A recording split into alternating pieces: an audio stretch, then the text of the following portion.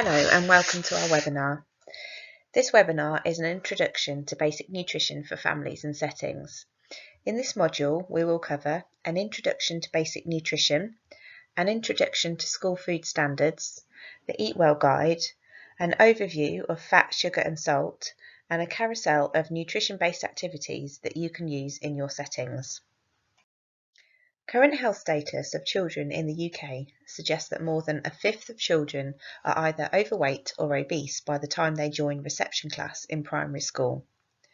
Type 2 diabetes, which usually appears in adulthood, is starting to be seen more among some overweight children. Dental health is very poor in many young children, and cases of rickets are appearing more frequently. More than 1 in 4 children in the UK may be at risk of iron deficiency, which is linked to slower intellectual development and poor behaviour in the long term. Children's diets are often low in energy, low in iron, zinc and vitamin A, and high in saturated fat, sugar and salt. Many young children eat fewer than the recommended 5 portions of fruit and vegetables each day. This is why school food standards are so important. They are designed to help children develop healthy eating habits and ensure that they get the energy and nutrition they need across the whole school day. Food provision in holiday settings is required to also meet school food standards, and food cooked within participatory cooking sessions, or in our case, take and make sessions, contributes to the overall offer and therefore must also follow guidelines.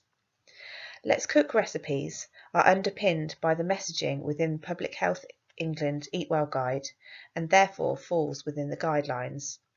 The recipes you will be provided with have been designed to consider cost, skill progression, storage, nutrient balance, seasonality and ease of storing ingredients, as well as the school food standards. The new school food standards have been mandatory in all maintained schools, new academies and free schools since January 2015, with governors responsible for ensuring these are being met. They are designed to make it easier for school cooks to create imaginative, flexible and nutritious menus. The new standards include 1 or more portions of vegetables or salad as an accompaniment every day, at least 3 different fruits and 3 different vegetables each week, an emphasis on whole grain foods in place of refined carbohydrates, an emphasis on making water the drink of choice and limiting fruit juice portions to 150 millilitres, restricting the amount of added sugars or honey in other drinks to 5%, no more than 2 portions a week of food that have been deep fried, batter coated or breadcrumb coated, and no more than 2 portions of food which include pastry each week. Public Health England has released a new Eatwell guide to help members of the public make healthier decisions around food. The Eatwell guide divides the foods we eat and drink into 5 main food groups. Try to choose a variety of different foods from each of the groups to help you get the wide range of nutrients your body needs to stay healthy. It applies to most people over the age of 5 years, including those who are a healthy weight, overweight, on a low-fat diet, diabetic, vegetarian, and from different ethnic origins. The guide does not apply to children under the age of 2 because they have different nutritional needs. Between the ages of 2 and 5, children should gradually move to eating the proportions shown on this guide. You do not need to achieve this balance with every meal, but you should try to get the balance right over a day or even a week. Anyone with special dietary requirements or medical needs might need to check with a registered dietitian on how to adopt the Eatwell guide to meet their individual needs. We should aim to eat at least 5 portions and a variety of fruit and vegetables every day. Most of us are still not eating enough fruit and vegetables. They should make up over a third of the food we eat each day. We should aim to eat at least 5 portions of a variety of fruit and vegetables and should choose from fresh, frozen, tinned, juiced or dried. Remember that fruit juice and smoothies should be limited to no more than a combined total of 150 millilitres a day, and that will only ever count towards 1 of your 5 a day. Fruit and vegetables are a good source of vitamins, minerals and fibre.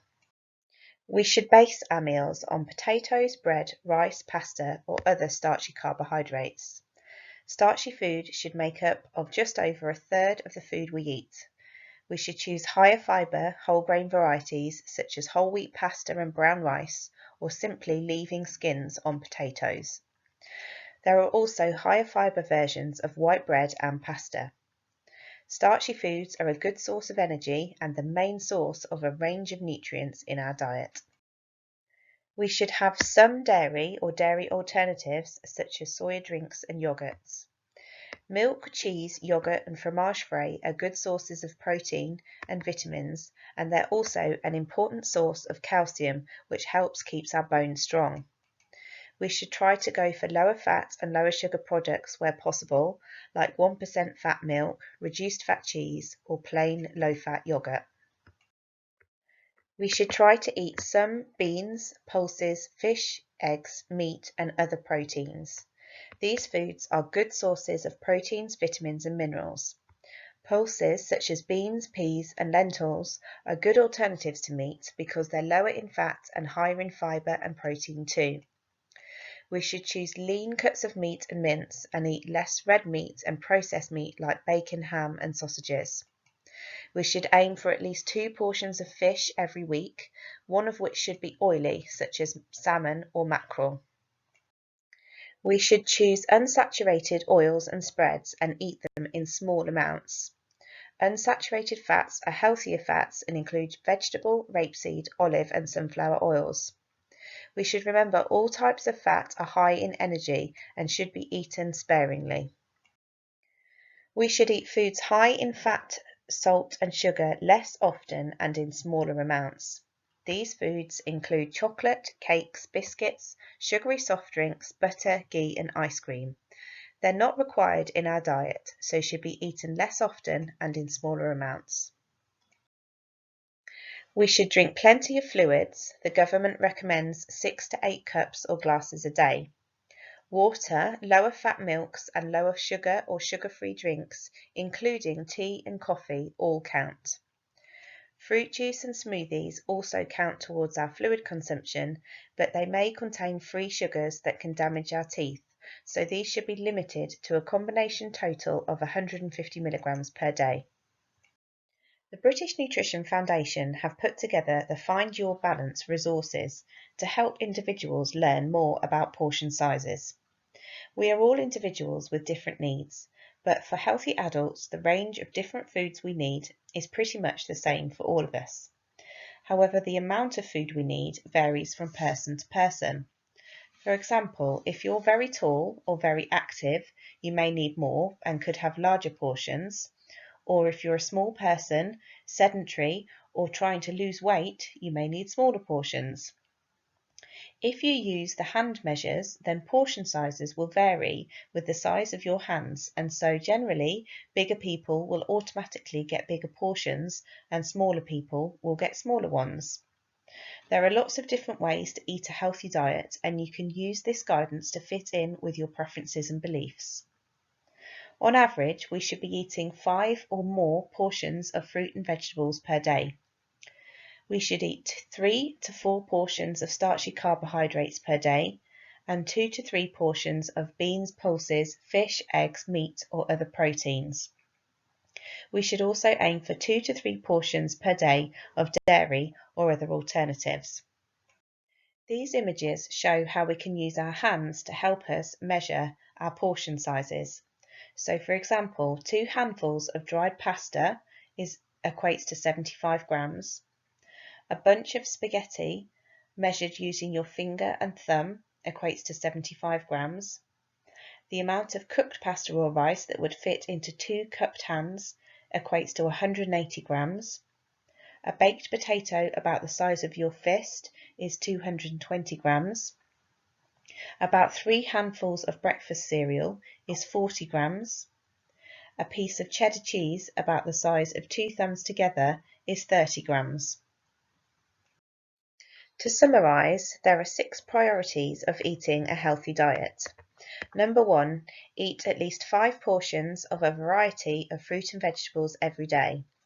Number 2, base meals on potatoes, bread, rice, pasta, or other starchy carbohydrates, choosing whole grain versions where possible. Number 3, have some dairy or dairy alternatives, choosing lower fat and lower sugar options. Number 4, eat some beans, pulses, fish, eggs, meat, and other proteins, including 2 portions of fish every week, one of which should be oily. Number 5, choose unsaturated oils and spreads and eat in small amounts. And number 6, drink 6 to 8 glasses of fluid a day. Before moving on to the next section, we have some time for some questions. If you have one, please write your question in the chat box and we will endeavour to answer them. Fat is a concentrated source of energy or calories which children need to grow and be active. It provides vitamins A, D and E, which are important for growth, a healthy immune system and healthy bones and teeth, and essential fatty acids including omega-3 found in oily fish, which are needed for the development of our brains and other tissues. Children under 2 years old need more energy from fat than older children and adults.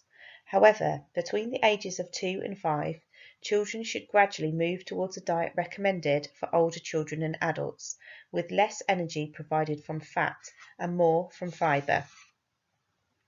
Children under 2 years old should have full-fat milk and dairy products, and children over 2 can start to have semi-skimmed milk and low-fat dairy products.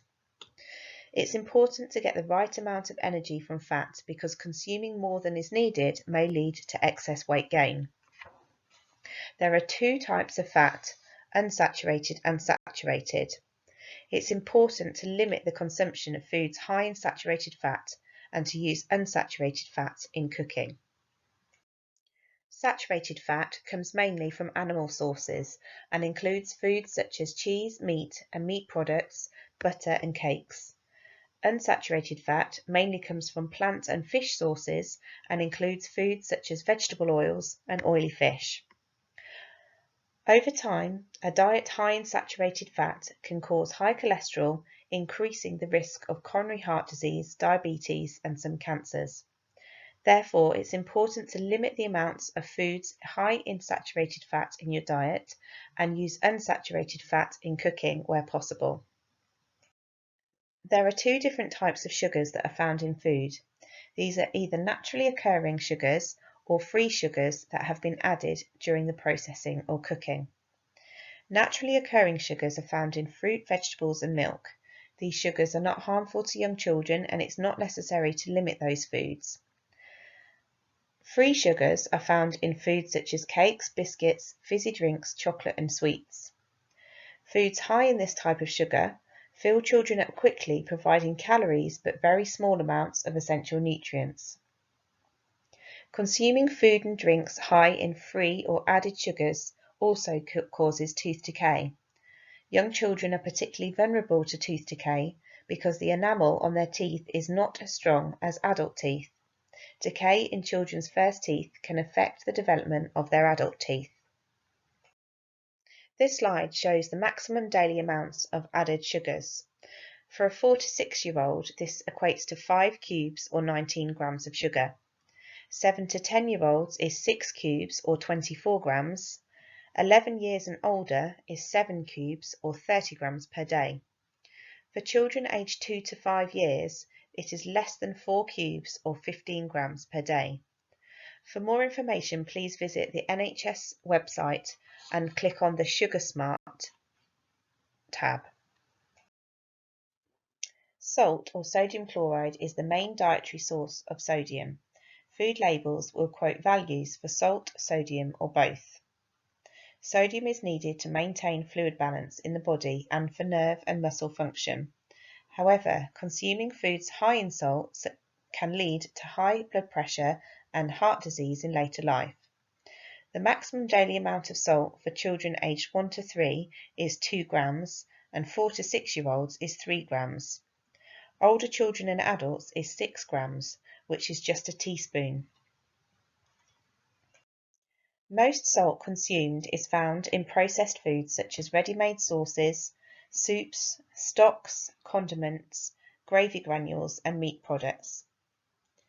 We should reduce the amount of sodium young children consume by limiting the provision of these processed foods and cook from scratch and choose products with lower salt content where possible.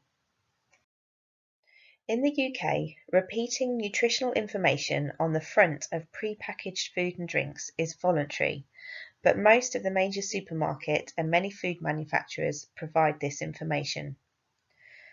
Where manufacturers choose to provide this, it has to meet certain requirements for the information provided and the way it's displayed. It will typically show the amount of energy per 100 grams and per portion of food, the amount of fat, saturated fat, sugars and salt per portion, the portion size, and the percentage of the reference nutrient intake, and the colour coding to show if it is high, medium or low in that nutrient. People can use this to compare products quickly. The more green and orange it is the healthier choice than the reds. Remember that a portion size will be for an adult and won't be appropriate for a child, especially a young child. Also, it's worth thinking to yourself if you consume what the manufacturer recommends as their portion size. For example, do you consume the recommended 30 grams portion of cornflakes, or is it more likely to be 60 grams? Ingredients are always displayed in order of quantity in that product, starting with the most first. So if the first ingredient is sugar, you know that it's quite high in sugar. When looking at dates, it's good to know the difference between use by and best before. Use by means just that. You should use the product by the date stated on the product. It may pose a food safety risk if it isn't consumed by then, and usually appears on high risk items such as raw meat and dairy. Best before means the product is at its best before that date. It doesn't usually pose a safety concern if consumed after that date, but perhaps isn't at its best. For example, crackers can often go a bit soft if eaten after the best before date. We now have time for a few more questions. Again, if you have one, please enter it into the chat box now. Hi, my name's James, one of the directors of the Let's Cook project. Now that Emma has covered the bulk of the theory of nutrition, we thought it would be really helpful for you to be able to have some resources that you can use to disseminate some of the messaging within that to use with your families and your beneficiary groups. The focus is going to be on two macro food groups, that being fat and sugar, and in the form of three different activities: match the fat, sugary snack bars, and sugary drinks. You will either have access to these resources online or in the hard copy version, depending on the contract that you are involved in.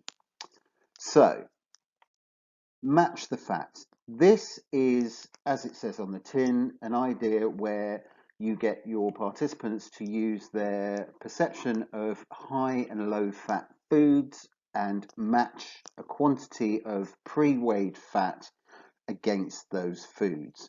And this should be said that it is based on all the fat in the food, not saturated or unsaturated, but combined.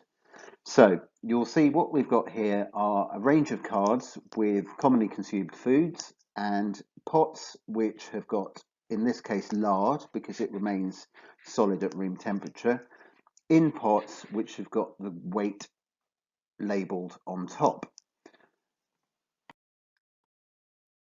What your participants should do is literally put the pot on the card based on their knowledge or what they perceive to be a high or low fat food.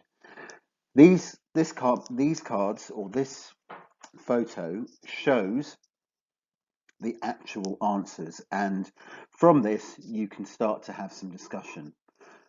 For example, if you look to the bottom of the screen, you will see that there is a card with the 0 gram pot and a picture of some jelly babies. Jelly babies have absolutely no fat in them. However, this does not make them a health food because they are incredibly high in sugar, and alarmingly were actually advocated by several weight programs or slimming programs as a free food for some time. Thankfully, that's now changed and off the table. If you look to the right at the bottom of the screen, you will see that there is a picture of some malt loaf, which has got only 1 gram of fat in it. Still quite high in sugar. However, the discussion point here is the fact that the sugars come from fruit, and in the form of dried fruit, there is some dietary fiber and some nutritional value.